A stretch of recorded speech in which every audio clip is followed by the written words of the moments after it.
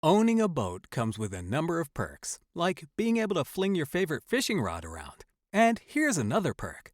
Geico's boat insurance covers your boat and your belongings. And with specialist support from agents that are as passionate about boating as you are, there's so much value that you'll want to high-five someone. But not while you're holding your fishing rod. That's a prized possession. So hold on tight with both hands and keep it covered through boat insurance. Get more with Geico. At Arizona State University, we're bringing world-class education from our globally acclaimed faculty to you. Ranked #1 in innovation for 10 consecutive years and #2 among public universities for employability. ASU isn't just ahead of the curve, it's creating new paths to success. Earn your degree from the nation's most innovative university. Online, that's a degree better. Explore more than 300 undergraduate, graduate, and certificate programs at asuonline.asu.edu.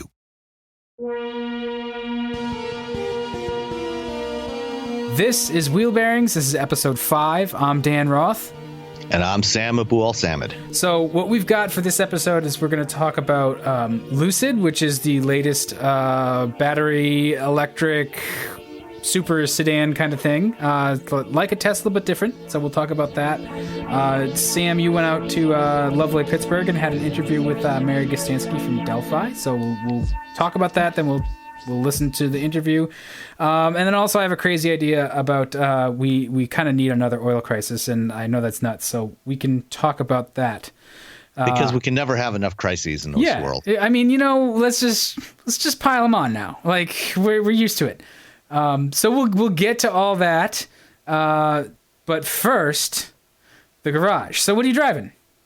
I have a 2017 Audi A4, and it's the first Audi I've driven in quite a few years. Actually, I took it on my little road trip to Pittsburgh on Monday, and turns out I really like this car. Yeah, that's not a terrible way to go to Pittsburgh, for sure. Yeah, for a road trip, having a German sports sedan is definitely a good way to go, especially, if you don't have a bunch of kids to haul along, which I don't. So, because it's about a little more than a 4-hour drive from where I am here, just outside of Ann Arbor, Michigan, to Pittsburgh. And, this is a fabulous car. This is a 2-liter turbo with Quattro all-wheel drive, and it's the S line, so it's pretty nicely trimmed out, nice leather interior. And one of the interesting things, kind of tying back to what we talked about last time about infotainment systems, this is one of the first Audis that has support for Android Auto and Apple CarPlay. And I've driven quite a few different brands of vehicles now that have Android Auto and CarPlay support, but this is the first one I've tried that doesn't have a touchscreen. Audi, like most of the its German competitors, its premium German competitors, they use a central control knob similar to the iDrive. Audi calls theirs MMI system. Yep. And so you have to use the control knob to navigate around on the screen. The screen itself is, I think it's about an 8-inch display, and like a lot of newer cars, it looks like a tablet that's standing up on top of the dashboard, and it's a really nice display. Everything looks really clear, and even with bright sunshine on it, coming in from the side, it's still very visible. So excellent visibility on the screen, and once I had a little bit of time to play around with it and figure out which way I had to move or push or twist the knob in order to get to hit the control points I needed on the screen, it was actually fine. Yeah. 'Cause all the others I've tried so far have been touch screens. So, it's like using your phone. You just, tap on the microphone button to talk, or, hit, play, pause, whatever, go to maps. So this is the first time I had to use the knob, so to go up and down. If you've used Android Auto, it's got a row of icons along the bottom for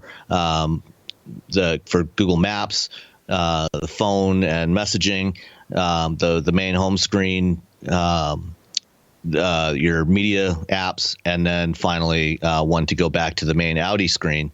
And so you have to push the knob or pull the knob towards you, basically going down to get to that row. If you're inside one of the screens, then you can push the knob left or right to go around, or sorry, twist the knob to go around to toggle through the various touch targets on the screen. It sounds a little weird at first, but I bet it becomes kind of intuitive. Although with MMI, I always turn it the wrong direction. Well, that's the thing with the normal Audi interface. That has always been the case for me, because it always seemed to be going backwards. Right. But with this one, once you figure out which way to go to hit the right targets, it's actually fine. And one of the interesting things about the design in this one, the shifter is really quite short, and at first it looks a little odd. So the shift lever, it's got kind of a stubby looking. It's like a stubby looking T handle with an almost flat surface on the top. And, like most modern, like a lot of modern automatic transmissions, it's just an electronic switch. It's not actually, mechanically tied to the transmission at all. So, whenever you release it, after you go into drive or reverse or neutral or park, it returns back to its center position. So it's sitting there. And what makes it interesting is the placement of the MMI knob is right in front of it. So actually, when you put your hand down, it's actually perfectly placed to be a natural wrist rest. And so you put your arm down, your wrist sits on top of the shifter, and your hand is right on the knob there. It just works really well. It's a really well thought out design. Yeah, Audi tends to have really good ergonomics. I mean, I do have to say I really dislike the way all the German cars have that screen just like plopped there, like, hey, we brought you a cheap Android tablet and we stuck it on the dash with Velcro. But I mean, that's the convention for now. So fine, whatever. Well, no, I might have mentioned this last time too. I think the reason why they're doing that, and it's not just the Germans. A lot of companies are doing this now. Mazda does it on all their vehicles. Oh, I think I know why. Maybe I can guess. Okay. All right, guess. I think the reason why they do it is so that they can use a single dashboard molding. I don't know. I guess they still have to use a second dash cap. But I'm just thinking for symmetry. Like, I don't know. Okay, you go. No, it's actually because it actually gets the display up higher, closer to your line of sight. Okay. So when you glance over at the display, you're not actually looking as far away from the road as you would if it was embedded down below in the dashboard. All right. That's not a terrible idea. Yeah, so it actually makes a lot of sense. And even Ford on the EcoSport that they unveiled at the LA Auto Show a couple of weeks ago, the new interior that they're putting on the EcoSport for when it comes to the U.S. market has the same type of layout with a tablet-style display mounted up high. So everybody's going that direction. It just looks flimsy. I just don't like it. It does. Looks. Yeah, no, you're right. I mean, when you look at it, it looks like it's going to fall off at any time, but they're actually they're securely mounted, and once you get used to it, it works really well.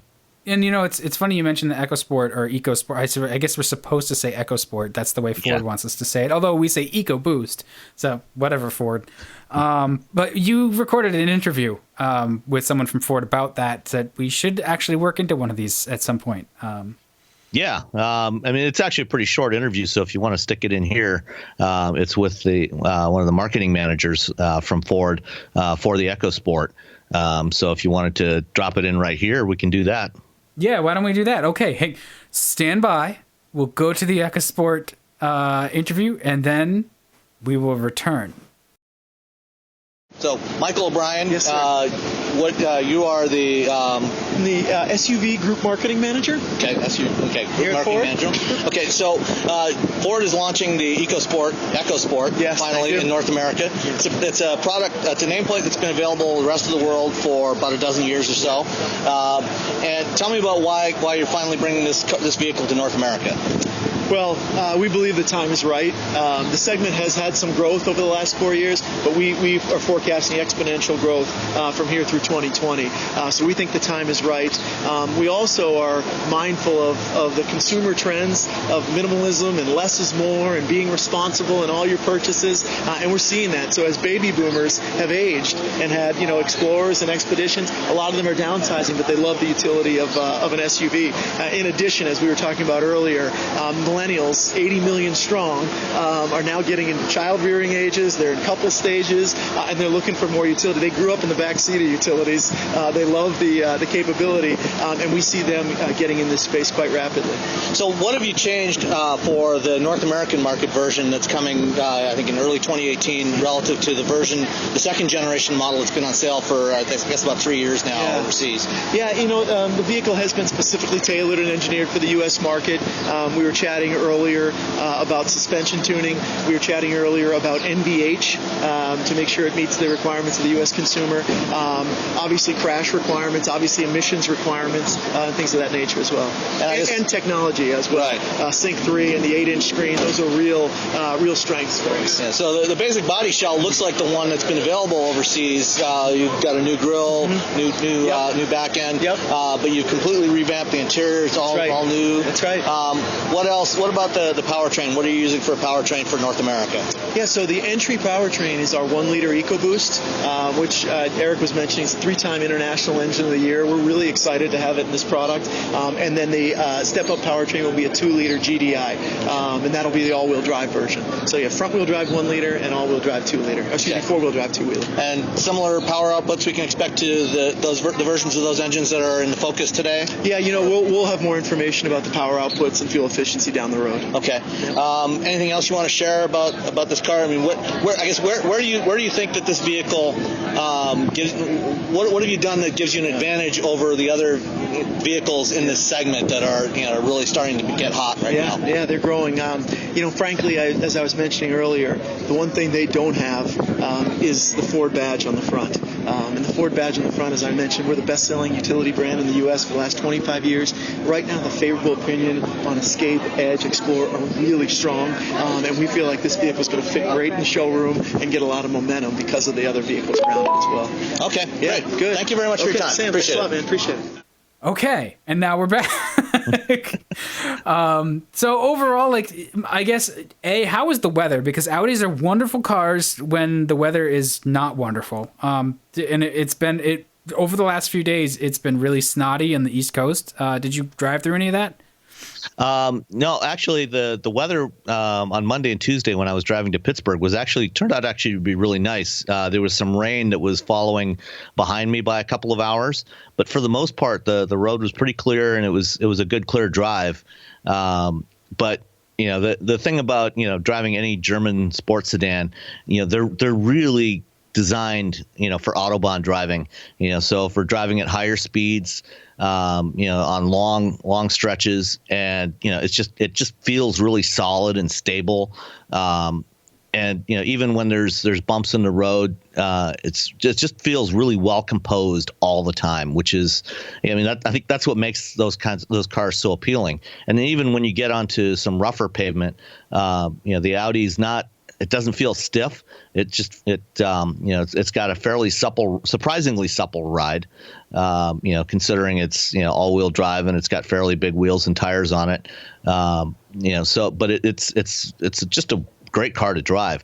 And this one has the 7-speed S-tronic transmission, which is Audi's branding for their dual clutch transmissions. The shifts were absolutely perfect on this thing. Really smooth, seamless. You never felt it shift, but if you tap the paddles on the steering wheel, it shifts right away. Shifts really quickly. The engine's got plenty of power. Like I said, the interior's nice. It's roomy. The front seats actually were a little flatter than I expected in terms of the side bolsters. They've clearly reshaped it a little bit for wider for wider the American, bodies, right? The American wider physique. torsos. Yeah. But aside from that, I had no real complaints about it. One thing I did really appreciate is the A-pillars are surprisingly slim on this thing. That's one of the issues with a lot of newer cars. I think did we talk about visibility last week? We did a bit, and so there was this point, and I guess it was really sort of around the middle of the 2000s to I guess about 2012, where pillars got very thick, across the industry, and part of the reason was we had crash test standards and rigidity standards and side impact standards that all needed to come up, and not every automaker was using much ultra high strength steel. So the only real way to make that car stronger is to add more regular steel. And so now they've gone to a lot more of the ultra high strength steel in the structures, which I'm assuming is what Volkswagen did with the A4, or Audi, I'm sorry, with the A4. That's on the MQB platform, right? No, the MQB is the transverse platform. That's right. It's an Audi. This has a longitudinal engine. So the A3 is on the MQB. This one is on the longitudinal platform that it shares with the A5 and the Q5. And what is that? A couple other models. MLP or something? I mean, that would make sense, but yeah. I can't remember. Somebody will find it. Some combination of 3 letters. Right. It's just very, very German. But I'm assuming that that's what they've done is they've changed the actual like metallurgy of the body structure so that they can get the rigidity. With absolutely. So it's a great car to drive. The only kind of complaint I have about it is that at $47,000, the only, well, there's that. But I mean, compared to a 3 Series or a BMW or a Mercedes C-Class, I mean, it's fairly competitively priced. It's not out of line with the competition. But at $47,000, I would expect it to have some driver assist features. It has blind spot monitors, so the radar-based blind spot monitors, but nothing else. So there's no adaptive cruise control, no lane keeping system. I can live without the lane keeping, but I definitely would have liked to have had the adaptive cruise control on a long road trip. Yeah, and I can see that like at that price level. Like for me personally, like that stuff I wouldn't pay extra for if I were buying the car. But on the other hand, you make a good point. Like it should kind of have it at that price point. Like that's and it's that fits in really nicely with the one of the cars I'm driving this week, so we can talk about that. But just how prices have just climbed, and the A4 is not really a big car. Like you said, like if you were hauling around kids, like that might. I know it's a little larger than it used to be, but it's still not great size wise. So that's a small, expensive car. Yeah, I mean, like I said, it's pretty comparable in size to a 3 Series or a C-Class. It's actually probably not much bigger than the car you're driving in terms of interior volume. Maybe just a little bit. It's definitely considered a compact. It's not quite a midsize. But like I said, the price is competitive, with the segment. But when Honda is offering their Honda Sensing package for $1,000 on every trim level of the Civic, you would think that at $47,000 you might include that. But when you're Audi, you charge more because you can. Yeah, well, again, that's not something that's exclusive to Audi. No, BMW and Mercedes. all the premium brands. I mean, same thing with Lexus and Infiniti and so on. So as you go up higher in price point, you end up paying more for the same kind of things. Well, and it's like honestly, it's the same things. Like so, Honda. I'm assuming Honda can do it because of a couple of things, but basically, they're pricing it with a much thinner margin on all of their cars, and they're when you get to Acura, maybe it costs more for Acura. I don't know off the top of my head. That the hardware and software is the same because they're the same cars. They're just trimmed differently, right? And so they're basically saying, we'll eat a little profit margin on this one, because it's a value proposition on something like the Accord or the Civic, and it's still a value proposition, but it's more of like an equipment level thing when you get to the luxury brands. Like it's akin to having like automatic climate control and all the other wizardry. I guess I'm not making the point very elegantly. No, you're right though. They're definitely taking lower margins on the mainstream brands, and in part because they want to get the volume out there and start getting more cars equipped with this technology. Yeah, and it's all this. It's even like down to like MMI, right? Like MMI is Harman, and it's very much I'm pretty sure it's Harman. So they've been developing and refining that system for quite a while, and it's gotten a lot cheaper for them to put all of that functionality in the car. Every few years, new hardware comes out that integrates a lot of functions, so their cost keeps dropping for the same functions, and they can add new stuff like you're seeing with the Android Auto and Apple CarPlay. Right. And, one more thing about MMI, something that I believe Audi was the first to do back about 2011 or 2012 was having a touchpad. In this case, it's on the top surface of the control knob, the MMI knob, that it's, like a trackpad on your computer, that you can use to draw letters on, or letters and numbers, to enter navigation information, to enter destinations and so on. And it works fairly well. I mean, you're drawing the letters, but it is rather a cumbersome approach to do. It's kind of slow, and it actually does take more attention to do that, to draw the letters, and see them mirrored on the display as you draw them, and then it recognizes the characters and replaces them. Like I say, it works reliably, but it's definitely a slower approach. And if you've got Android Auto or CarPlay, you're better off using the Google or Apple voice recognition to do the same thing, and it'll be a lot quicker and a lot safer. Yeah. I find that that's a parlor trick, the handwriting recognition. It's interesting and it's neat, but it's very clunky, and I just don't ever use it in any of the cars that tend to have it. To the point where, like, the last car I had with iDrive has the same thing in the top of the knob. It'll recognize like finger swipes and stuff, and it's kept doing weird things until I figured out, it's because I'm swiping and it thinks I'm giving it. Okay, fine. So I had to go into iDrive and shut it off. Yeah, Mercedes has the same feature as well, and it's the same thing in all of them. When you have to write one letter at a time, it just doesn't seem like a very practical way to do it. Yeah. So one last thing, I think, before we move on to the stuff that I'm driving, how does it stack up to the C-Class? Because I feel like the C-Class is really like the benchmark for that particular segment. I think it's pretty comparable. I haven't. I think in terms of design, the Audi design, it's clearly an incremental update from the previous generation A4.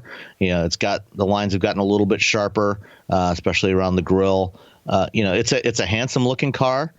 Not I wouldn't call it an exciting looking car. I personally find it very attractive, although I got to say the current generation C-Class I think is a better looking car.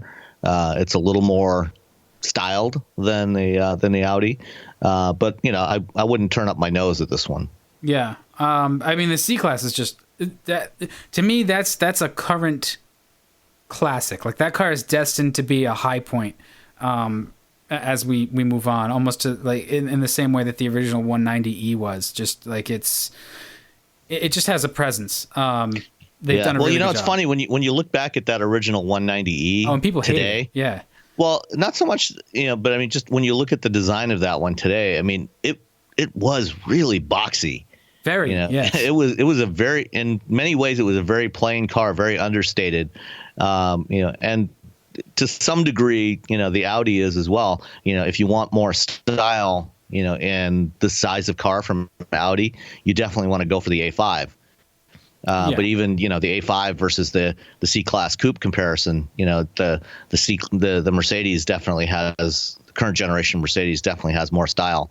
But either one of them are, they're wonderful cars to drive. If you actually enjoy driving, you won't complain about these cars. Yeah, well, and that's, that's what I found with the car I'm driving this week. I've got a Ford Focus titanium hatch. So it's actually equipped pretty nicely, almost like the Audi. Not really, but it does. Well, actually, all of Ford's titanium models are pretty well tricked out. Yeah, it should be, because it cost $28,000, which I mean, again, that's where I was going with the It's sort a lot of folks. Yeah, with the price creep. Like, I know cars have gotten more expensive, and I know that you're not going to necessarily walk out of the dealership paying sticker price for that car, but still, like, and also, like, my perspective is, like, now that I'm getting older, like, I remember when $28,000 bought you, like, a Lexus ES, like that. Mm-hmm. You know what I'm saying? Like, that's a lot of dough for a Focus. I mean, it's a good car, and you don't have to necessarily buy the titanium, But I was a 2-liter, right? Yeah, it's the 2-liter, and like overall, it's a nicely finished car. I've always liked the way the Focus drives. It drives very solid, very very Germanic in that sense. And it's in the titanium trim, there's a couple of things I don't like. You were talking about the DSG in the Audi. This has the power shift automatic. And man, that is just not a good transmission. It's sometimes it's perfectly smooth and unobtrusive. Other times it's weird and indecisive, and it's just. So I don't know why. I guess maybe there's a logic behind Ford and other automakers choosing to do the dual clutch gearbox thing versus a conventional hydraulic automatic. It's like I'm just thinking like the benefits outweigh the negatives. The power shift has had lots of calibration problems, and there's been a whole raft of them that torched the clutches out of themselves and stuff like that. That's not a transmission that gets a lot of fondness. I don't know. Is there something I'm missing with the reason for going to that? Well, the probably the biggest difference between the power shift and Volkswagen's dual clutch transmissions, both the DSGs in the Volkswagen brand cars and the S-Tronics in the Audi brand, they're the same transmissions, just different branding. The main difference between the two is Volkswagen uses wet clutch transmissions from Borg Warner, which they're a little bit. They do tend to shift smoother. The engagement it's smoother than most dry clutch transmissions, but you lose a little bit of efficiency with the wet clutch versus the dry clutch. And the power shift is a dry clutch, and it's made by Getrag. And that one has had a lot of complaints. Getrag's dual clutch setup has gotten a lot of complaints from a lot of manufacturer or from customers in other brands as well that use their hardware. And I'm not sure what it is in particular that they're doing that's so different that is causing so much problem. Because Hyundai and Kia also have a dry dual clutch transmission, but theirs that one's developed in house at Hyundai, and it's at least as smooth as the Volkswagen setup. Yeah, the Hyundai one I drove that in Sonata Hybrid, which that's a nice setup for a hybrid as well. It's smooth and responsive. Yeah, that one I don't have as many complaints about. The power shift, I just don't like it. I'm sure that it's more efficient than a torque converter automatic. But on the other hand, I look at what Mazda has done with their Skyactiv automatic, where they fiddled around with the size of the torque converter and the lockup clutch and stuff like. I don't really think you're going to gain a ton by doing a dual clutch transmission versus like a highly optimized torque converter automatic these days. I think it's really just shades, but they make the decisions, not me. Overall though, like it's a good car. I've always liked the Focus. It's got large wheels on it. I think they're 17s. So they're a little loud. Its ride is a little stiff. It's not quite as nice and refined as a Golf, but it's definitely in that realm. It's a good car to drive. It has Sync 3, which has been pretty good. I actually really liked the way it paired up with my phone, and I had the apps right there, so Stitcher and Pandora and Spotify. So it's sort of like the trifecta that I'm using all the time anyway were right there, so I didn't have to think around with my phone while I'm trying to drive. That's really nice. The ergonomics are pretty good. And, the leather seats are pretty comfy to the point where I thought I should actually measure them to see if they'll bolt into the Crown Vic. Pretty sure those won't fit. Yeah. And like overall it's a good handling, good riding car.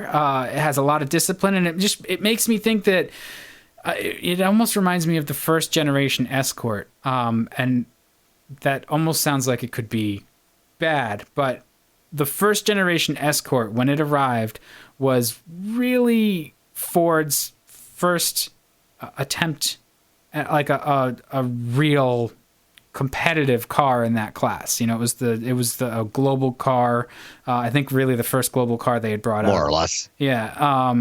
And it basically copied what everybody else who was having success did. And it like, that was a successful car, love it or hate it now. Like, let's not, you know, look back after over 40 years and start to throw stones. Like, for the time, that car was everything it needed to be. And it was very competitive and very well done. And I feel like this is sort of the continuation of that effort. Like, it seems like every, I don't know, 15 or so years, Ford like manages to really do a very good job on a small car. You know, the first generation Focus was the same thing. They just let it get real long in the tooth. But when that debuted, it was a very good car as well, except for all of the recalls it had. But, you know, I mean, overall, yeah. they sorted it out. You know, so I'm impressed with it. I'm very impressed that they can charge $28,000 for it. Well, you know, again, you know, when you look at the competitive segment, you know, you can get Elantras that are that price, and you can get you can easily get a Cruise up to that price, and you know, absolutely you can get a Golf or a Jetta up into the upper 20s. So, you know, it's not out of line with the competition. Yes, it's certainly a lot less affordable than it used to be, but you know, when you look at the refinement and the amenities that you're getting in the car now, you know, the automakers have come to the realization that, you know, just because a car is small doesn't mean it has to be cheap. And right. I mean cheap in the bad sense, not just inexpensive, but cheap feeling. And so, you know, the current generation of small cars, you know, are vastly superior cars, and you know, generally a very nice place to spend time when you've got to get from one place to another, regardless of which brand you're looking at. Yeah, and it definitely is. Like, it's a car you could get in, and you know, I could do that drive to Pittsburgh from here, which would take me a few hours longer than you, but still, I wouldn't necessarily be fatigued by the car at the end of the drive. And it's, you know, the hatch, the titanium hatch has a lot of niceties. You know, it's got heated steering wheel, even heated seats. It's got the Ford Active Park Assist stuff, which is actually pretty cool when you need to nestle into a parking space. You know, the front seats are the driver's seat's powered. You know, they've done a very nice job on it. It's a hatch, so it's very handy. The back seat's not really too bad. You know, it's a compact, but it's not really all that tiny. You know, I think, you know, you buy a Lexus IS, you've got less room than in this car. So, no, absolutely. I mean, it's to make it just a completely wacky comparison, let's say. And it, you know, it is a very solid structure, so safety's not bad. It performs well on things like the small overlap test, which actually, when you're in this segment of car, is very important, because these are still, you know, the cars, the size class that has a higher fatality rate than, you know, something larger. You know, just because a lot of factors, but you know, safety, physics, and you know, there's driver demographics that come into play as well. But overall, like the safer small cars are a good place to be. So yeah, I like the Focus titanium hatch. I wish it were an RS. When I was out of town actually for work that day when they dropped it off, but my wife let me know what it was. I was like, ooh, does it have black wheels? And she's like, no, they're silver. I was like, okay, well, all right. Yeah, well, I haven't driven an RS yet either. Have you ever driven the Focus with the 1 liter? Yes. With the 1 liter EcoBoost? Yes. I really like that. That's a fabulous little engine. Yeah. And you know, that's gonna be one of the 2 engines in the EcoSport as well. In fact, the EcoSport's basically getting the Focus engine lineup, the 1 liter EcoBoost, and the 2 liter normally aspirated that's in the Focus you're driving right now. Is it going to get the 5-speed manual? That just whiny, like, it almost sounds like a dog box. No, I think it's going to be the 6-speed, because the Focus, the 1 liter Focus gets a 6-speed. Only the Fiesta came with the 5-speed. Yeah, I love that transmission because it's so loud and quirky. It's just like, yeah, the Focus gets a 6-speed, and I think the EcoSport's also getting the 6-speed.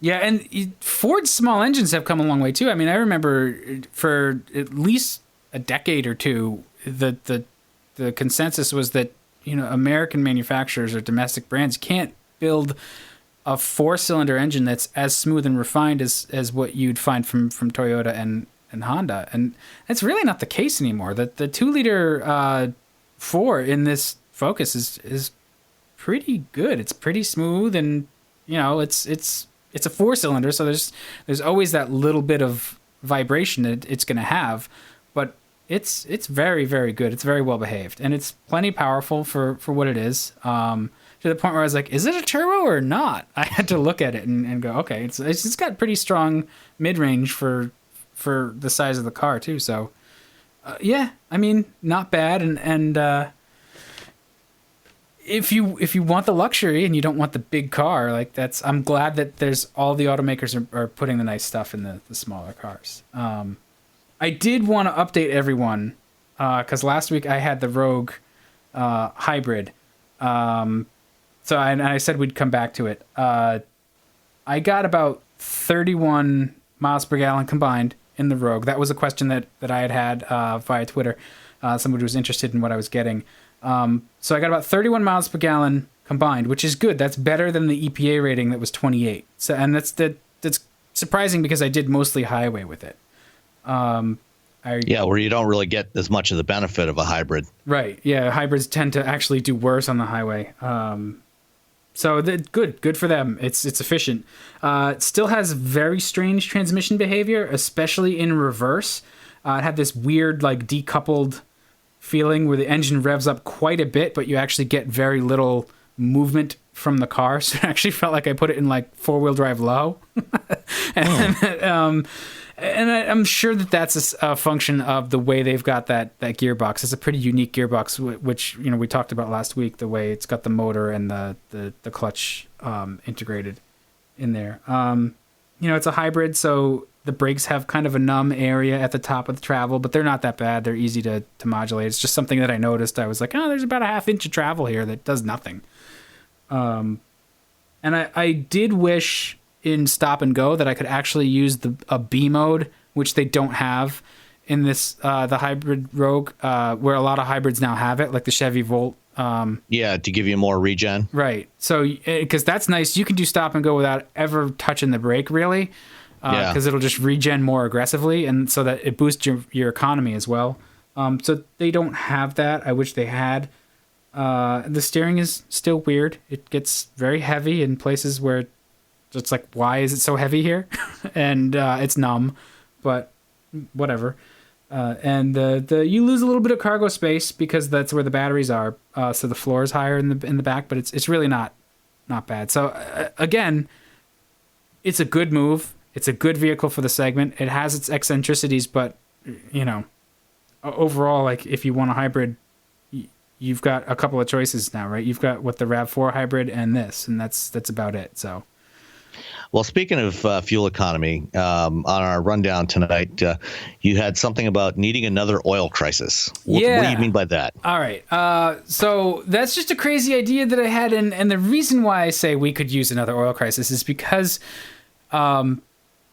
when we had the 2 oil crises, it really spurred innovation. Scarcity makes people really consider their actions, and when things are abundant, you don't think of it. So you wind up in that place one way or another. You wind up in a crisis. So if you act like this is a finite resource that's we're not going to have forever, even when there's no kink in the pipeline, as it were, you're much better off. We saw the benefit of the 70. It wasn't really the 72 crisis, like that kicked stuff off, but it was all stuff in the 70s. Like there was economy issue as well. But in 77, when GM introduced their first downsized large cars, they lost like 700 pounds from their B body cars, their biggest cars.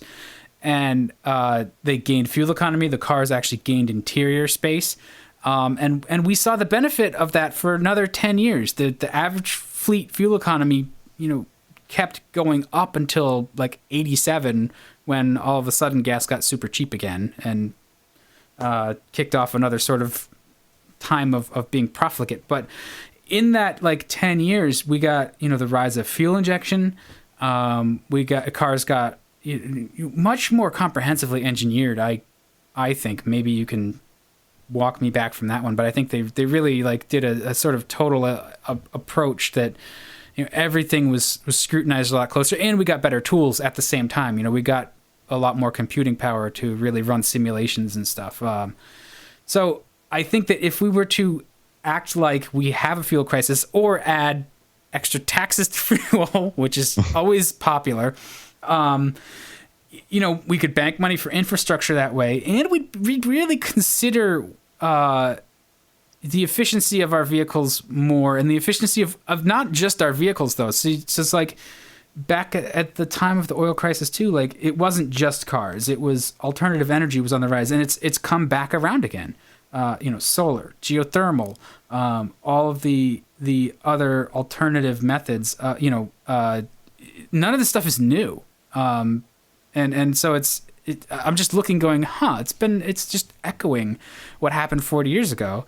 And I'm concerned that because we have very cheap fuel right now, oil is being beaten to death by cheap natural gas, and lots of supply. So oil doesn't really look like it's going to spike over $100 a barrel like it had not too long ago for quite a while. It just makes me nervous that we're just going to run ourselves out of oil and wind up in an issue. So that's my hypothesis. I realize it's some unpopular opinions, but I don't think it's necessarily bad to be thinking that way. I generally don't disagree with you. I think, I don't know. I wouldn't go to the extent of saying we need another oil crisis, but I think, we have plenty of crises to deal with, and plenty more that we're going to have to deal with over the next 4 years. But, I do agree that I think, from an overall strategy perspective, how do we deal with the problems that we're going to have to deal with? Increasing the cost of fossil fuels probably wouldn't be the worst thing in the world. It certainly would spur more adoption of more fuel efficient technologies. And that's one of the issues that the auto industry is facing right now. As they try to meet ever increasing corporate average fuel economy requirements. Just earlier this week, the EPA went ahead and reaffirmed the 54.5 mile per gallon target for corporate average fuel economy by 2025. Over the past year or so, they've been going through what's known as a midterm review, which was part of the original regulation that was passed, between 2015, 2016, they had to go back and evaluate how automakers were doing relative to the first phase of targets, the fuel economy targets for the 2012 to 2018 period, and determine how much was it actually costing to meet those fuel economy targets, what was the cost benefit, and how much was it going to cost to hit 54.5, and determine whether they needed to maintain the targets where they were or scale them back if it turns out that it was going to be costing too much money to meet those targets and that they weren't going to be able to meet those targets. Well, they came to the conclusion that so far the automakers have been meeting the targets up to this point, and the incremental cost to vehicles to meet those targets has been below what was originally projected. And so they said they went ahead, and preemptively before the change of administration in January, decided that they're going to reaffirm those targets, going to stay where they were for 54.5. The problem is, that's great from a regulatory standpoint to say you've got to hit these targets, but you still have, that's kind of from the supply side, but you still have to deal with the demand side of the equation. If consumers don't want to buy the types of vehicles that are more fuel efficient, automakers have to find a way to get them to buy those vehicles. What we've been seeing over the last year or so, especially, is there's been some we've been seeing steady growth in the corporate average fuel economy for almost every automaker, and it's kind of flattened out in the past year as there's been more of a shift from cars towards utilities and pickup trucks. So, it's becoming a real challenge for the automakers to try and figure out how are they going to get the extra fuel economy into the vehicles that consumers actually want to buy. Yeah, well, and do it cost effectively. Right, and I mean, I think we're already on the path for that. With there's lots of hybrids. The next step is EVs, and the real holdup there is battery technology. So it's kind of like the idea of how smoking has gotten very expensive, right? I drove by a store this morning, actually, a convenience store, and they had the sign up there, like a pack of Marlboros, $9. I realize I'm in liberal communist Massachusetts, but still, like, that's $10 for a pack of smokes. Pretty close to that here in Michigan too, if I'm not mistaken. So do the math. That's 50 cents per cigarette, right? Like, holy crap. That's just so. It disincentivizes you from taking the action, I think, is the point that they're trying to get to.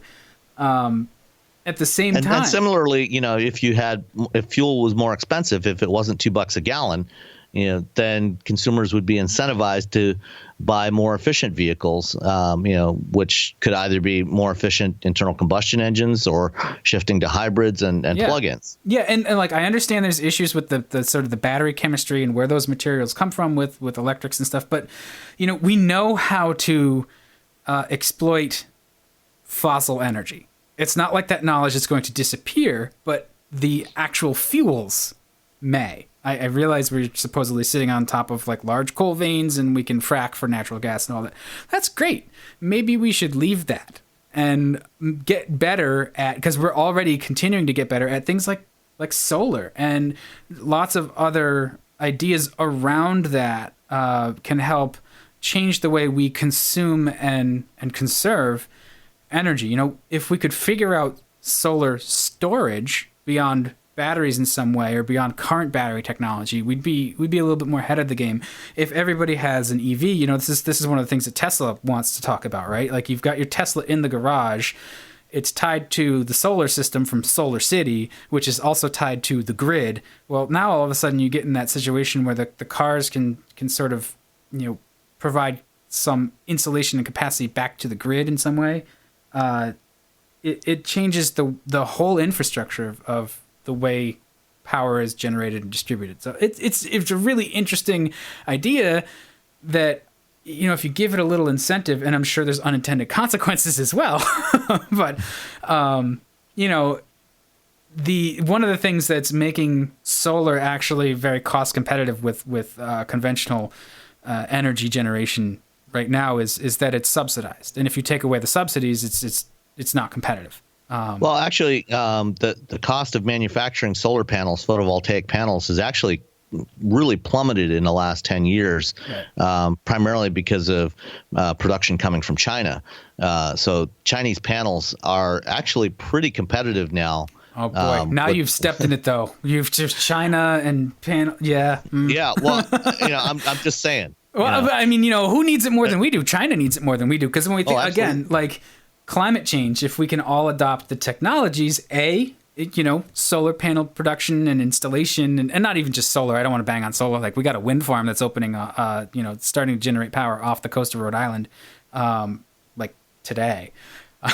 So like, there's all of these things that we could be doing. That there's your, and I know people have talked about the new energy economy. So I see the upside. I'm an optimist for that, and I'm not necessarily anti-oil. I love me an internal combustion engine as much as the next guy.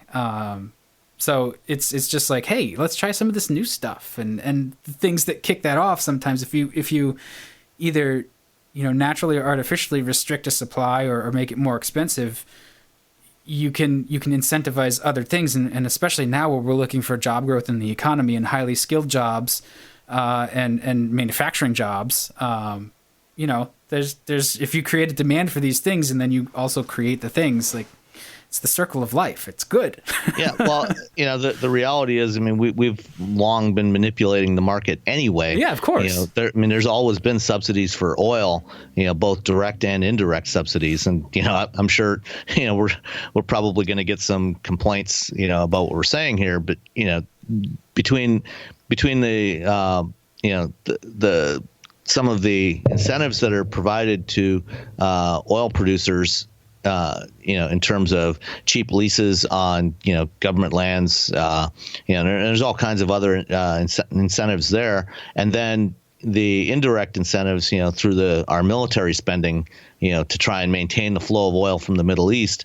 If you factor that into, the actual cost of oil, the cost of oil is actually not anywhere near as cheap as we perceive it to be at the pump. We're just paying for it in different ways. So, if we actually factored in that cost into the price we pay at the pump, people might have a little bit different attitude. But the reality is right now, at least for the foreseeable future, the situation is not likely to change. No, that's for sure. Because we've got an administration that and a Congress that believes in reducing taxes everywhere they can, which I'm not totally opposed to that. No, nobody wants to pay tax. Sure, yeah, sure. But so you're not gonna get any relief on that side, to try and get the cost of fossil fuels up. And then on the other hand, they're also largely fundamentally opposed to even the concept that there is such a thing as climate change or human caused climate change. So, basically we're spitting into the wind. Yeah, I mean, I just the more I it's almost like knowledge that has been lost. There's a lot of different ways to extract energy that we're throwing away. Like even here in the fall, right? Like the leaves fall on the ground, and we rake them into paper bags, which then they grab them and throw them in a truck and take them out of here. I heard a really fascinating TED Talk, because I'm a liberal Massachusetts communist. I like TED Talks. But just the idea, like, a leaf is actually a solar collector. Think about what that is. Like, it's a solar energy collector, and it falls. And if you compost the leaves, you get the energy back out of that by enriching the soil, which means you have to use less, petroleum-based fertilizer. So again, that's been my excuse for not raking the leaves for the last 20 years. Yeah, well, I have the guy come. I drive the local economy. I pay the guy to show up with $100 and like, yeah, you do your thing and you take the leaves and drop. I don't care where you put them, but they're not here. But no, I mean, it does. It makes a lot of sense where but you've got companies that are funding the ag industry, which is a huge industry that's kind of not overly publicized. Certainly not as many folks are as aware of what goes on in ag as goes on in automotive.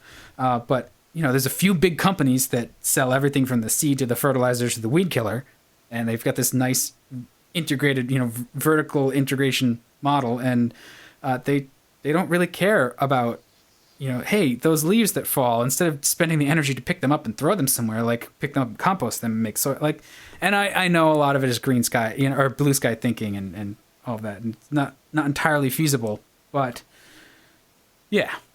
So that's my proposal. All right. That's we could either artificially or eventually just through no fault of our own wind up in an oil crisis. So when times are good, maybe we should just conserve a little bit and see. And I mean we're getting there, and then the public is aware of these cars. There's a lot of efficient vehicles for us to buy that. If you want to do your part, you can right now. So the market, that's right. If anybody who loves the free market, there you go. The free market argument use the market to argue for what you think should be done. Right. So all right, that's my proposal. I'm happy to entertain all alternative viewpoints because certainly I'm just somebody who's enthusiastic about things on one end of a microphone. So I'm happy to get schooled. All right. And speaking of green cars, while I was out in LA at the auto show, I had a chance to sit down with some Tesla refugees, as well as an ex-designer from Mazda, to talk about Lucid Motors. And did a little bit of writing about that last week. Yeah, I was reading that post that you had at Navigant. My big question is, like, why are all these companies focused on like premium sedans? Well, I think the reason is, when the cost of batteries is still high. So for a mainstream car, a mainstream electric car is going to be more expensive than an internal combustion car. No, there's just no way around that right now, and that'll continue to be the case for probably at least into the early 2020s. Based on our forecasts at Navigant Research, I think somewhere in the 2023, 24 timeframe, we'll start to hit that crossover point for mainstream cars where the cost of ownership or the purchase cost actually starts to come down below internal combustion. But for now, the best way, or at least it seems, the way that most companies seem to think, the way to make a business out of selling plug-in vehicles is to do it at the high end. Go for the premium market, where you generally are going to get much higher margins, so you can hopefully charge more than it costs you to design, develop, and build the vehicle, and then use that. At least as the theory goes, as it's been put forward by people like Elon Musk, you start at the high end of the market, use that revenue to fund the development of more affordable electric vehicles. So the latest company doing this is a company that recently adopted a new name, Lucid Motors. Prior to that, the company was originally known as Ativa. They're a Silicon Valley-based startup that's been around since 2007, and they started off doing battery packs for commercial vehicles. And a couple of years ago, they decided to get into actually manufacturing complete electric vehicles, battery electric vehicles. And like Tesla, with the Model S, they're building a full-size, high-performance, luxury electric car, which they'll actually be revealing the car publicly. We've seen photos of it with camo, but they're going to be revealing the car publicly in its production intent form on December 14th out in California. I got a chance to do a VR walk around out in LA, and also see one of the prototypes, the development prototypes that didn't have a complete interior in there. But one of the knocks on the Model S and the Model X is that despite their price point, they're not actually all that luxurious, especially compared to most other luxury brands. They're actually fairly Spartan. And the Lucid car, their first sedan, is actually got a really nice interior. I mean, it looks. I can't say it feels like it because I haven't actually had a chance to touch the interior.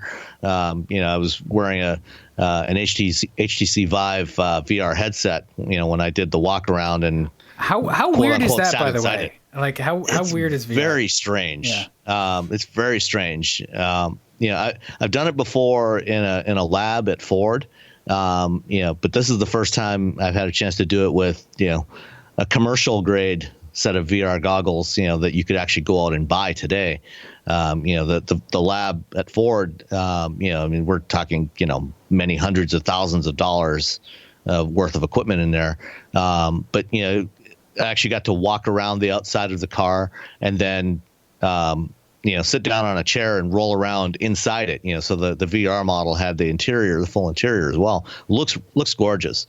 One of the interesting things, they've been developing their own battery cell chemistry, lithium-ion cell chemistry, and they're working with a cell manufacturer that they haven't yet announced who that is, but they're working with a cell manufacturer that will be producing those for them, and they're claiming that it's got 20% more energy density than the best cells that are on the market today. So that was what stuck out to me. And that seems like A, it's a really ambitious claim, and B, while it may be possible, what becomes unstable at that point, especially in an automotive application? Are they making basically a car that is the car equivalent of the Galaxy 7? I certainly hope not, because I think it's a great looking car. I think Derek Jenkins, former Mazda designer, who is now the head of design at Lucid, has put together a fabulous looking car. And interestingly, it's actually a little bit smaller than a Model S on the outside, but has more interior volume. Another one of the recent knocks against the Model S is that despite Tesla calling it a large car, it's actually only got the passenger volume of a midsize car. And the way EPA defines small, medium, midsize, and large cars is based on the combination of passenger and cargo volume. And because the Model S has so much cargo volume, that gets it to the 120 cubic feet threshold for a large car. But the interior is actually only comparable to, like a Mercedes E-Class. And what Lucid has tried to do is actually flip that around, so they've got the exterior footprint of an E-Class, but the interior volume of an S-Class, which is closer to about 116, 117 cubic feet. That's a big car. Wow. Yeah, it is. It is big, and from sitting inside in the VR demo, it certainly seems very roomy. One of the packages they're going to have is an executive seating package. So 2 rear seats, with full recline and kind of like first class aircraft seats. And they described it as being an executive jet for the road. So it'll be very interesting to see how this thing does. The high performance version is going to have dual motor setup with a 400 horsepower motor at the front axle, 600 horsepower at the rear for 1,000 horsepower with a 100 kilowatt hour battery and an optional 130 kilowatt hour battery for a 400 mile range. How many 1,000 horsepower luxury sedans the world needs is debatable. But there's certainly a market for at least some number of them. Like yesterday or the day before, as we record this, I think Tuesday of this week, they made an announcement in Phoenix that they're going to be building their manufacturing plant just outside of Phoenix, and they're going to start production in mid-2018 of this car. So we'll see. So did they tell you anything in particular about their battery other than like, it's our secret sauce, our special chemistry? Is there anything that they told you that stands out, or are they not talking about it? Unfortunately, they weren't ready to get into talking about details about the chemistry, about exactly what they've done differently, or how the cell might be constructed differently to achieve that extra density. So I don't know the answer to that question at this point. We'll have to wait and see on that. One thing that I think we can say is the performance of the system is pretty amazing. They back in June or July, they initially released a video on YouTube that you can see if you go to the Lucid Motors website. They've got a link to it there. Their powertrain development mule, they were using a Mercedes-Benz Metris van. Yeah. And so it had the battery pack and the motors in there, and they've put out two different videos now. The second video, they actually did more work on the powertrain and improve the performance. So you can see it drag racing against Ferraris and Lamborghinis, and running 0 to 60 times in the 2.7 second range, which is comparable to the Tesla ludicrous mode. And this thing it's just nuts. And that's the thing. We've talked about this before. With electric motors, the instant torque you can get from electric motors, and having a 2-motor setup for all-wheel drive, being able to put that power down to the road, you can achieve some incredible performance out of these things. But even on more mainstream vehicles, mainstream EVs, because they have that instant torque, that's the thing that most people don't think about when they're buying a car is it's that torque that gives you the drivability that makes the car feel responsive off the line. Yeah, absolutely. And the instant torque you get from an electric motor is just, there's nothing else like it. I mean, even the best internal combustion engines can't match that. Well, and that's why I feel like skipping hybrids is fine. I really, really like EVs. I like hybrids a lot less because generally you need to couple everything together. You need to have something, that's usually like a CVT. And so just the extra amount of slippage there, the way a CVT drives is kind of unpleasant. And some of the modern hybrids are a lot better and they're a lot more responsive and they engage the motors to give you that smooth step off. But really like a pure EV is such a nice experience to drive usually. It's great. Oh, absolutely. Although, again, the main driver for going with hybrids for now instead of EVs is the cost factor. Even with having essentially two powertrains, an electric powertrain and an internal combustion, the cost of the battery for a hybrid is so much less than the cost, for a full battery electric vehicle, that, it's the only way to get, a reasonably affordable car right now, that doesn't have the range limitations of some of these first generation EVs like the Leaf and the Focus Electric and some of the other ones that are out there, with 70, 80, 90 mile ranges. Going with the hybrid, you eliminate that problem and do it more affordably. I think, over the next 5 to 10 years, we're going to see much more of a shift. And, we're already starting to see that shift now with cars like the Chevy Bolt that are going on sale this month, the Hyundai Ioniq EV that's going on sale this month. These are cars that have much, considerably longer ranges. The Bolt, obviously, 238 miles, it's got Tesla style range. And after tax incentives, it'll be under $30,000. Right. So, it's going to be very interesting to see how that one does in the marketplace. Well, yeah, and even the fact you can buy a Nissan Leaf now for like a used one for 20, and you can get a used Leaf for a lot less than 20 now. Yeah. Well, and even the new ones, the newer ones with the extra, the extra big battery that has a bit more range. They're really, with all the incentives and kickbacks and stuff, like they're pretty cheap for, the range anxiety thing is like not really a thing. It's a mental, it all depends on your lifestyle and how far you have to drive on a daily basis and and kind of where you live and if you have access to charging. I mean, if you live in an apartment and you may not necessarily have ready access to some place where you could plug it in and keep it charged. It's more problematic. If you live in a house and you've got a garage where you can install, a 240 volt charger, then, it makes a lot more sense. The other issue, of course, as well, is cold weather. And that's been kind of the problem, especially in northern states with EVs like the Leaf. Once the weather gets cold and you've got to start turning on the heater and the lights and window defoggers and things like that, then that range drops off pretty dramatically, and then it does start to become a real problem. Obviously, not so much of a problem in a place like California, but that's where that 200-mile threshold with cars like the Bolt and the Tesla Model 3, that's really kind of the sweet spot, where EVs really could be practical even for worst case conditions, middle of wintertime.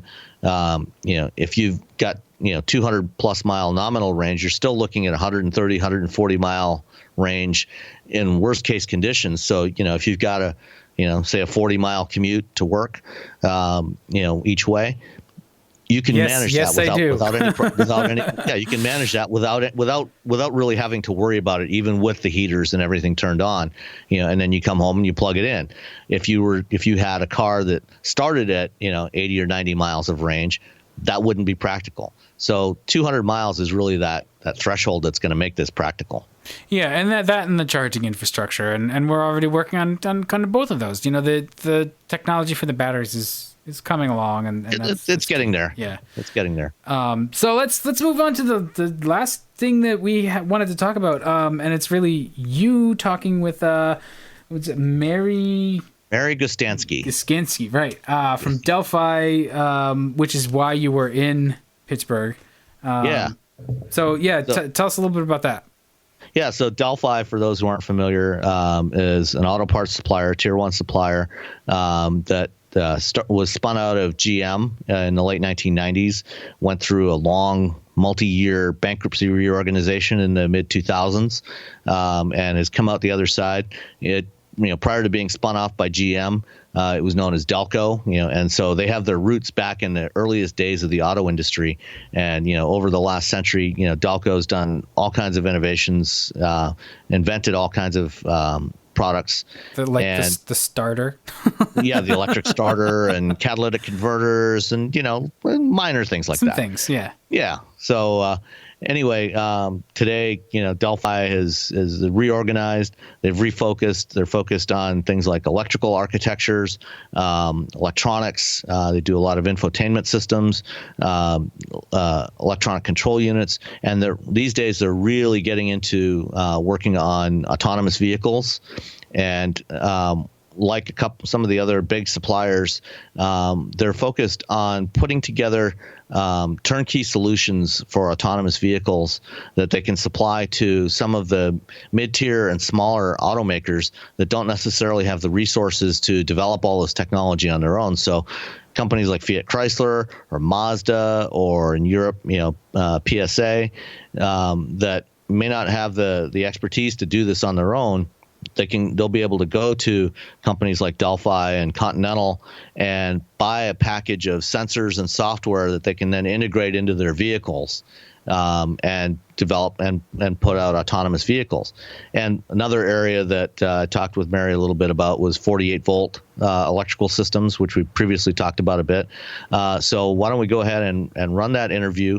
I had a chance while I was in Pittsburgh to visit Automatica, which was a company that was purchased by Delphi last year and spun out of Carnegie Mellon University. And also, we had a chance to meet with some folks from Mobileye, who are also working with Delphi on this autonomous technology. So let's go ahead and run the interview with Mary, and then we'll finish it up. All right. Here with Mary Gustansky, VP of Engineering for Delphi. Delphi is a company that's been in business for a long time, since very early days of the industry, when it was started Delco, or actually just Dayton Electronics, or Dayton Electric. Yeah, way back. Yeah. For a long time it was part of GM. Now it's a standalone company, and the company's really transformed in the last 7 or 8 years since its reorganization, and gone from being a general purpose parts supplier, automotive parts supplier, to having a much greater focus. Tell me a bit more about what Delphi is today. So absolutely, and having worked at Delphi for 36 years, I've seen this whole transformation, moving from what was just component parts for whatever your automotive needs are to really supplying integrated systems and taking the tech world and converging it in with the automotive. So instead of being an automotive supplier, we really are a tech integrator. And what our goal is to provide solutions for the OEM problems. And the OEMs now need solutions that are complete systems. They're not looking for individual components. They're looking for an automotive supplier that can take all the pieces, put it together, and make 1 + 1 add up to be more than 2. That's really the value to them. So what are the main focus areas that Delphi is working on today? So really there's 3 main areas when we think about the convergence of our portfolio in Safe, Green, and Connected. One is for sure safety, and it's taking that transformation of what was radar and cameras, providing complete active safety, evolving to really driver assistance, the ADAS solution, and then ultimately an automated driving. And so working through the levels, moving from a level 2, which is a partially automated, all the way up to a fully autonomous vehicle. The second area, and what really enables a lot of that automated activity, is connected car. as soon as you bring in your smartphone, you really need to have the capability of communicating with that outside world and bringing it inside the vehicle. And so to bring in your device, to make sure that you're connecting with all of the infrastructure that's around, and to give that full user experience, you need the connected car. You also need this thing called over the air or the OTA, as many people call it, to really provide updates to all that software that's in the vehicle so that you maintain the functionality that you have in an easy fashion without having to keep running back to the service center for your OEM. The final area is advanced propulsion, and propulsion has been very interesting. We've been predominantly internal combustion engine over the years, but we're seeing more and more movement towards electrification or electrifying the vehicle, either in some hybrid fashion or pure electric vehicles. So we're working to make sure that we help enable that electrified vehicle to really be ready for the future. And speaking of software, you mentioned earlier in your presentation, you were talking about the percentage of Delphi employees today that are software engineers. Back in the Delco days, they made all kinds of hardware bits and pieces, and so the vast majority of the people, aside from the engineers designing those parts, were the people manufacturing those bits of hardware, from spark plugs to motors and wiring harnesses. But now it's very different in terms of the makeup of the company. Absolutely. Our engineering group has really changed, and our fastest growing competency now is in the software competency, which is software engineering, calibration, and systems engineering. That's our fastest growing competency and has been for the past several years. If I just turn the clock back to the 2013-2014 timeframe, we had a significant amount of software engineering, but we were probably 1 in 5. One of every 5 engineers was focused in that area. Last year we were 1 in 4. This year we're approaching 1 in 3. So we continue to grow in that area and in that focus. And that's a different area for us. It means that you have to provide software that is agile, which means it's lean, it can build off of what was there, and it can be there quickly. But more importantly, it has to come in at automotive grade. It has to have the confidence that it has the reliability to be able to put it into the consumer's hand and work under every condition. And that's a lot harder to test. You don't simply put it on a test machine in the lab, run it for 10 hours and say it's good. You really have to get it out into the system and make sure it is effective under every condition. Yeah, and that's one of the key differences. A lot of when people think of tech companies, there's companies that make software.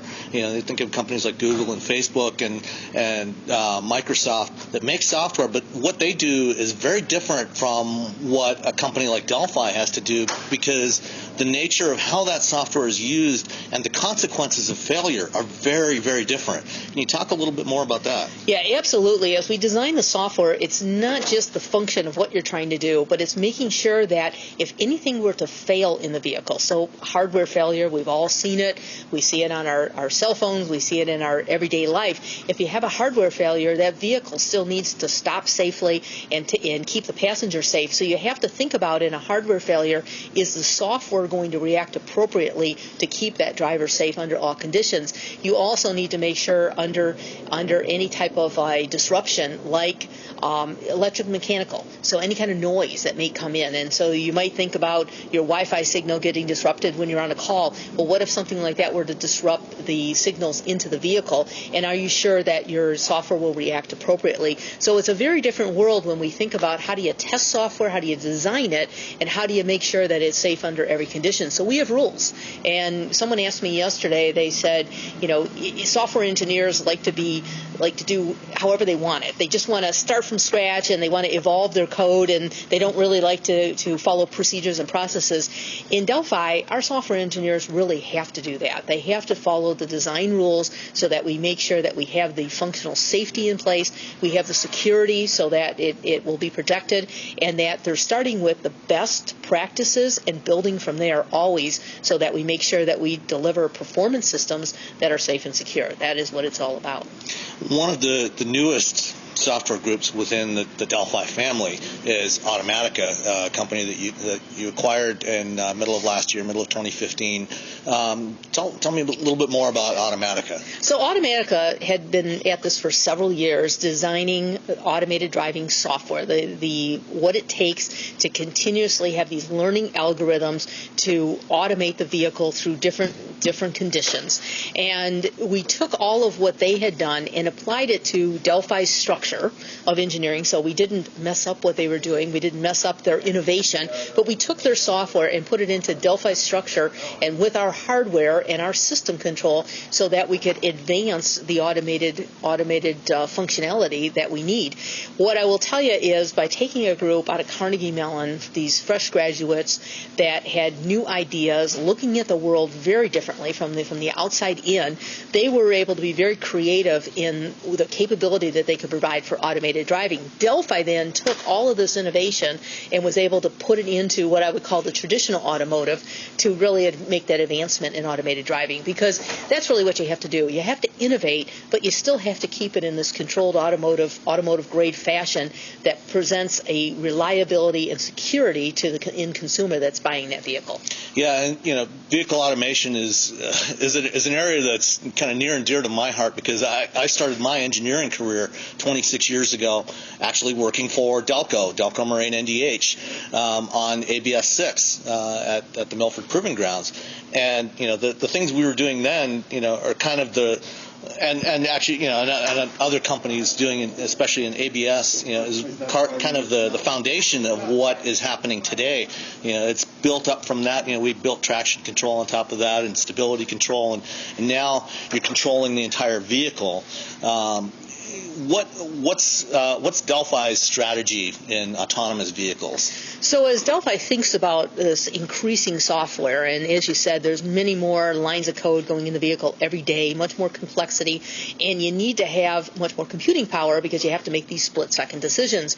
What Delphi believes is you have to move away from satellite decision-making, satellite control, satellite sensors, into what we call a centralized computing function and platform, so that you can bring in all the data, you can take all of the data in its totality and make that best decision of what the vehicle should be doing and make it in split second. So you can get the high computing power in one supercomputer versus having a lot of these medium or high-end computers all around the vehicle. So it's a high cost structure to do it that way. It also helps to reduce the insulation of the architecture by simplifying that, having the sensors be doing the basic operation and all that computing power in one central location. So whether you're doing an active safety sensor or whether you're doing the latest in infotainment, we really want that same structure where we're creating these centralized supercomputing powers that allow us to make the right decisions at the right time to control the vehicle. Yeah, and some of the most advanced vehicles on the road today, you look at them, there's 50, 75, getting close to 100 discrete computers scattered around the vehicle, networked together. And what you've been talking about yesterday and today is this CSLP platform that Delphi has developed. Tell me a little bit more about that and what's inside that. What's that all about? So what it allows us to do is the generic term to CSLP is the multi-domain structure. So what that means is you have multi-computing platforms that you put in one box, and they'll have different specialties. So in the case of our automated driving, or the CSLP, as you mentioned, we'll have a perception module, and that'll have one high-power computing chip that will actually create all of the perception and make those decisions. There'll be another section that does all of the rules-based to decide what you should be doing as you're driving down the road in an automated fashion. And then a third area that will control and interface with the rest of the vehicle for the safety and operation. And that all is in one box, but multiple chips that have different computing and different specialties to be able to create that functionality. Now, if you think about it, you said it well, there's 50 to 70 computers in a vehicle today, and a lot of these have moved up from basic operation to medium and high-end computing because every sensor has more and more data that needs to be processed and decisions that need to be made.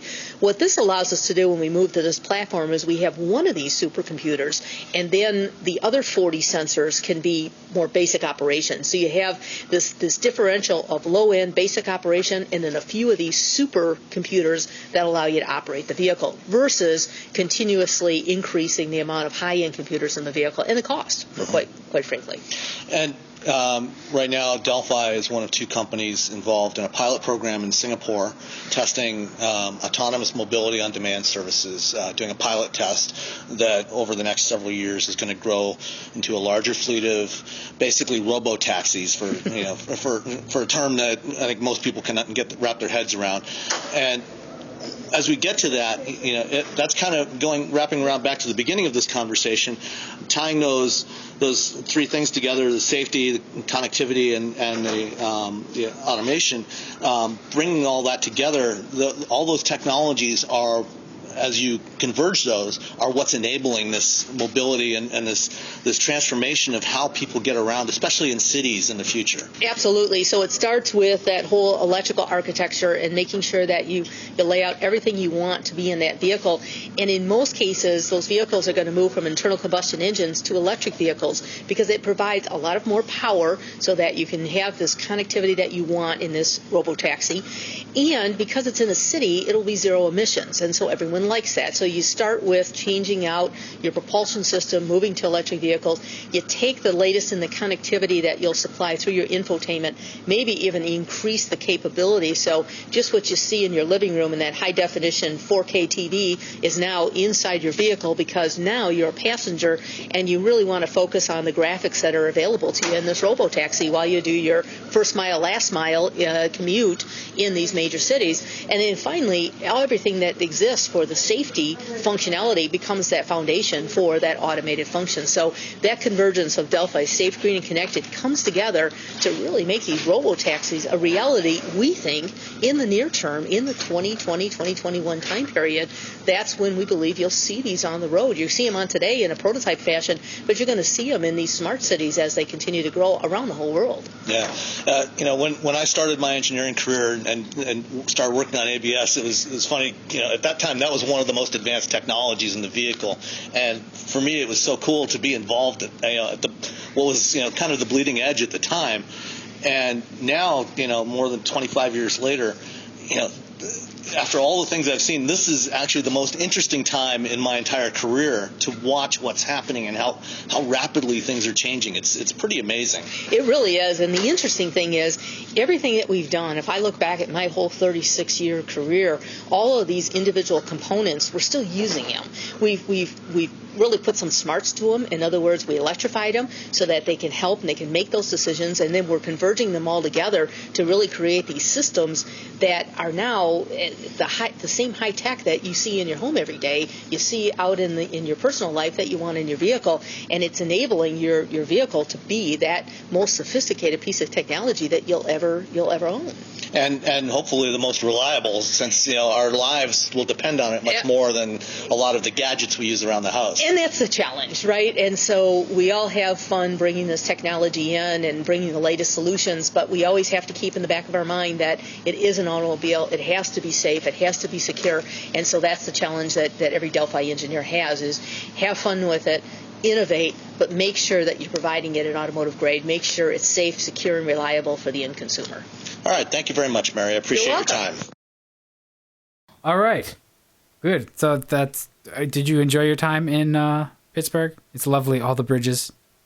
Yeah. I mean, I was only there for a day. I drove down Monday afternoon. I left around noon on Monday and got back on about 7 o'clock on Tuesday.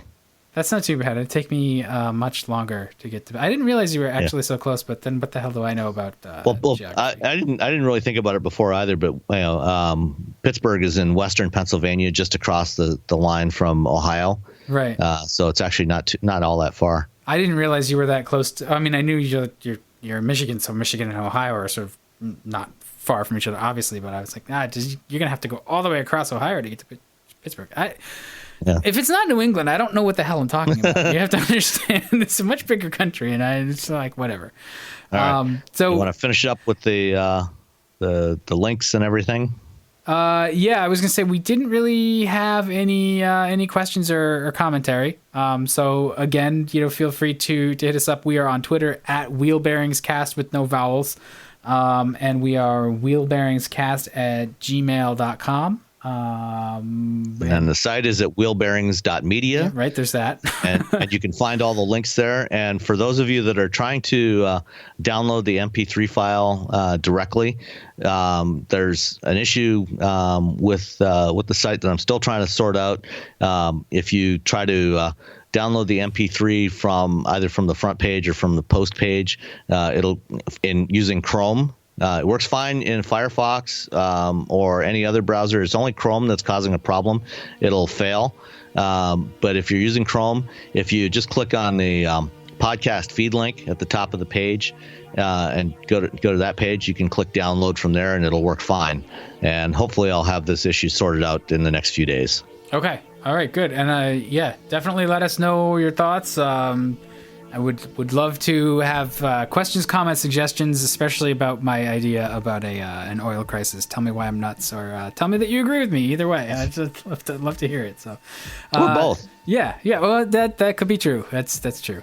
All right. Well, let's get. We'll let everybody get past their episode 5, and we'll see everyone again for episode 6. All right. See you next week.